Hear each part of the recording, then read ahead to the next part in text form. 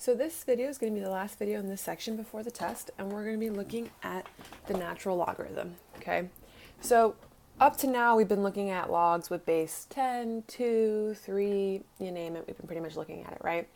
So today we're going to move on, and we're going to look at logarithms with base natural number. Now, you're probably thinking to yourself, well, what's the natural number? The natural number is 2.71828, or more commonly known as E. Okay, so what we're really looking at are logs base E. But log base E actually has its own standard notation, and that's what you should be using, not the log base E. So to define the natural logarithm function, so natural log function, it's the function f of x equals log base E of x, which is correctly written as ln of x. So throughout this lesson and throughout your homework, you should be using the notation ln of x, not log base E of x, okay? And just like with other logarithms, the argument has to be positive, right? So E is always positive, and the argument has to be positive. So let's then talk a little bit about the properties. So first two properties are the same ones we had with our standard logarithms. So ln of 1 is equal to 0 because e to the power of 0 is equal to 1. So again, you can go back and forth between exponential functions and logarithmic functions. For 2, it says that ln of e is equal to 1 because e to the 1 is equal to e. For 3, we've got ln of e to the x is equal to x, and e to the ln of x is equal to x. So essentially it's just saying that e and ln are inverses, okay? Which should kind of make sense because e to the x is an exponential function, right? And ln of x is a logarithmic function, and they are inverses of each other. In number 4, it says if ln of x is equal to ln of y, then x equals y, because the bases are the same here, right? They're both base e. So then you can just set the arguments equal to each other. So now let's look at some examples. Let's start with number 2. They gave us ln of 100 equals 4.61, and they want us to write it in exponential form. So this is going to be e to the 4.61 is equal to 100. Because my base is e, right, because we have the natural logarithm. This is my answer, which is now my power, and then this is my argument here. So the exponential form setup is exactly the same as the setup was for regular logarithms. Just the base now is always going to be e. It won't be another number. Now let's look at another one. We've got cube root of e is equal to 1.40. This time, instead of going to the exponential function, we want to go into the logarithmic function.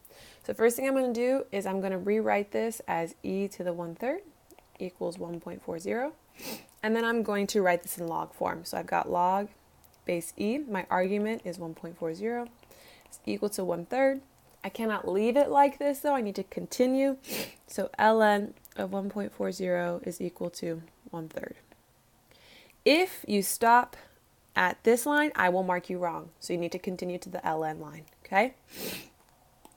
Let's look at 10. In 10, we want to evaluate ln of e is equal to the 10th power. So first thing I'm going to do is use properties of logs, which still apply here, and or law of logs, and bring down the 10, just like we did in the previous lesson. And then ln of e, these are inverses, right? We're just using inverse property. So this is equal to 10. Or the property that ln of e is equal to 1. So let me rewrite that instead then. Okay. Now let's look at 12. 12 says ln of 1 over e to the square root of e. So I'm going to use properties of logs, or law of logs, and split up ln of 1 minus ln of square root of e. Anything, no matter what base of 1 is equal to 0, right? We just talked about this in the last slide. So this is equal to 0 minus ln of e to the 1/2. So this is equal to negative 1/2 ln of e. Ln of e is equal to 1, so this is negative 1/2. 14, we have ln of 0. Now recall that the definition that it has to be greater than 0, not greater than or equal to. So this is undefined. by definition of natural logarithms. And lastly, let's look at 16. E to the ln of 0.5. Using the third property, which is that e and ln are inverses, I know that this is equal to 0.5 because e to the ln of x is equal to the argument of ln. So my argument is 0.5, so I just set that equal to 0.5 there.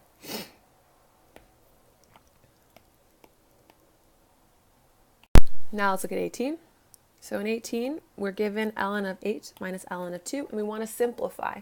So what we're first going to do is going to combine, right? Since our bases are the same, so we have ln of 8 over 2. 8 divided by 2 is 4, so we have ln of 4. And that's as far as we can go, so we're going to leave it there. For 22, we've got 4 times ln of 2 minus 3, ln of 3 minus 1. Recall that ln of e is equal to 1, so we're going to replace that 1 there with an ln of e. So we've got 4 ln of 2 minus ln of 3 minus ln of e. And then I'm going to move up any powers, so it's going to be ln of 2 to the 4th minus ln of 3 minus ln of e. I'm then going to factor out a negative from the last two logs. So I get ln of 3 plus ln of e. Now that those last two logs are being added together, I'm going to multiply them when I combine. And then, since I have a subtraction sign in between my first log and my second, I'm going to divide. So this is ln 2 to the 4th is 16 of 16 over 3e. And that's my answer. Now let's look at 26. It says ln of absolute value of x is equal to 1. Now recall with absolute values that you can either, you can put in a negative or positive. Your answer is always positive, right? So we have to check for positive potentials as well as negative. So the first thing we're going to do, we're going to rewrite this into exponential form. So my base is e. It's equal to 1, so power is 1, is equal to the absolute value of x. And then that means that absolute value of x is equal to e, right? So x is equal to e or negative e, because if I plug in negative e, I get positive e back out. And so that's my answer. Now let's look at e to the 30. We were given e to the negative x is equal to 3, and we need to solve for x. So first thing I'm going to do is rewrite this into logarithmic form. So I've got log base e of 3 is equal to negative x. Then I'm going to rewrite this as ln of 3, because that's proper notation, equals negative x. So negative ln of 3 is equal to x. But we can't stop there. Because we've got that negative there, this is the same thing as negative 1 times ln of 3. And anytime you have a number in front of the ln, that's the same thing as a power of your argument. So we have ln of 3 to the negative 1. 3 to the negative 1 is 1/3. So we get ln of 1/3 is equal to x. And that's our answer. For 36, we've got e to the negative 2x is equal to 0.2, and we need to solve for x again. So first thing again I'm going to do is rewrite this into logarithmic form. So 0.2 is my argument, e is my base, and it's equal to negative 2x. I'm going to rewrite this into proper notation.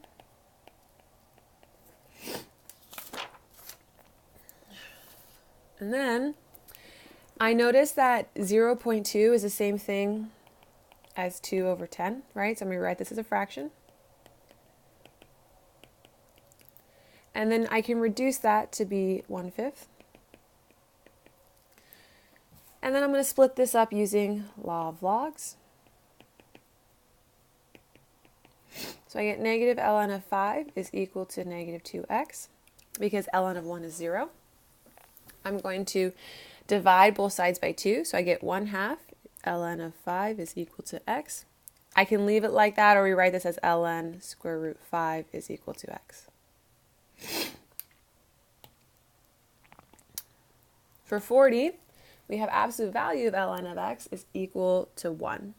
So just like with our previous problem with the absolute value, is remind ourselves that absolute value, no matter what you put in, you're going to get a positive out.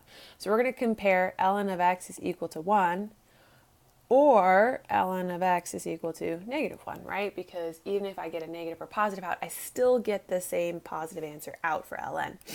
So I'm going to rewrite this first one on the left to be e to the 1 is equal to x. I can't do anything further, so that's my answer, right?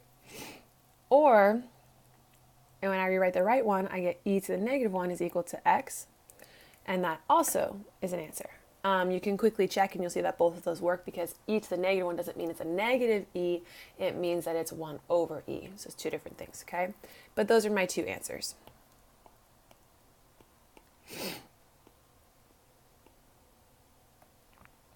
Last one we're going to look at is 42, which says that 2 times ln of x is equal to ln of x plus 1.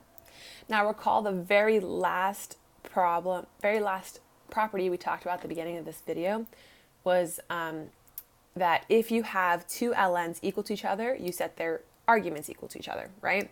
So what I'm going to first do is get that 2 in front of the ln up into a power on the argument on the left. So I'm going to get ln of x squared is equal to ln of x plus 1.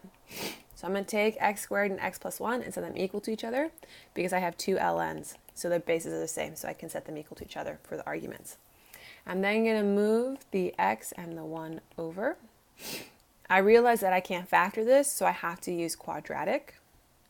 So I get 1 plus or minus square root 1 plus 4 over 2, which is 1 plus or minus square root 5 over 2. Now, 1 plus square root 5 over 2 will be a positive number, right? But 1 minus square root 5 over 2 is going to be a negative number.